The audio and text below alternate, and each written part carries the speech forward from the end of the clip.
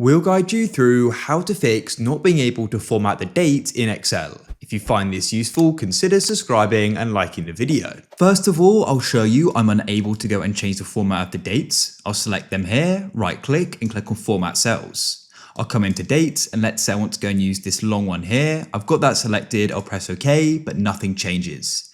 To fix this, keep the cell selected like so. Go to the top of Excel and click on Data. Then you want to go and click on Text to Columns. And then you want to make sure Delimited is selected and go and click Next. Then you can leave Tab selected, press Next. In here, you want to go and select the column data format as date, like so.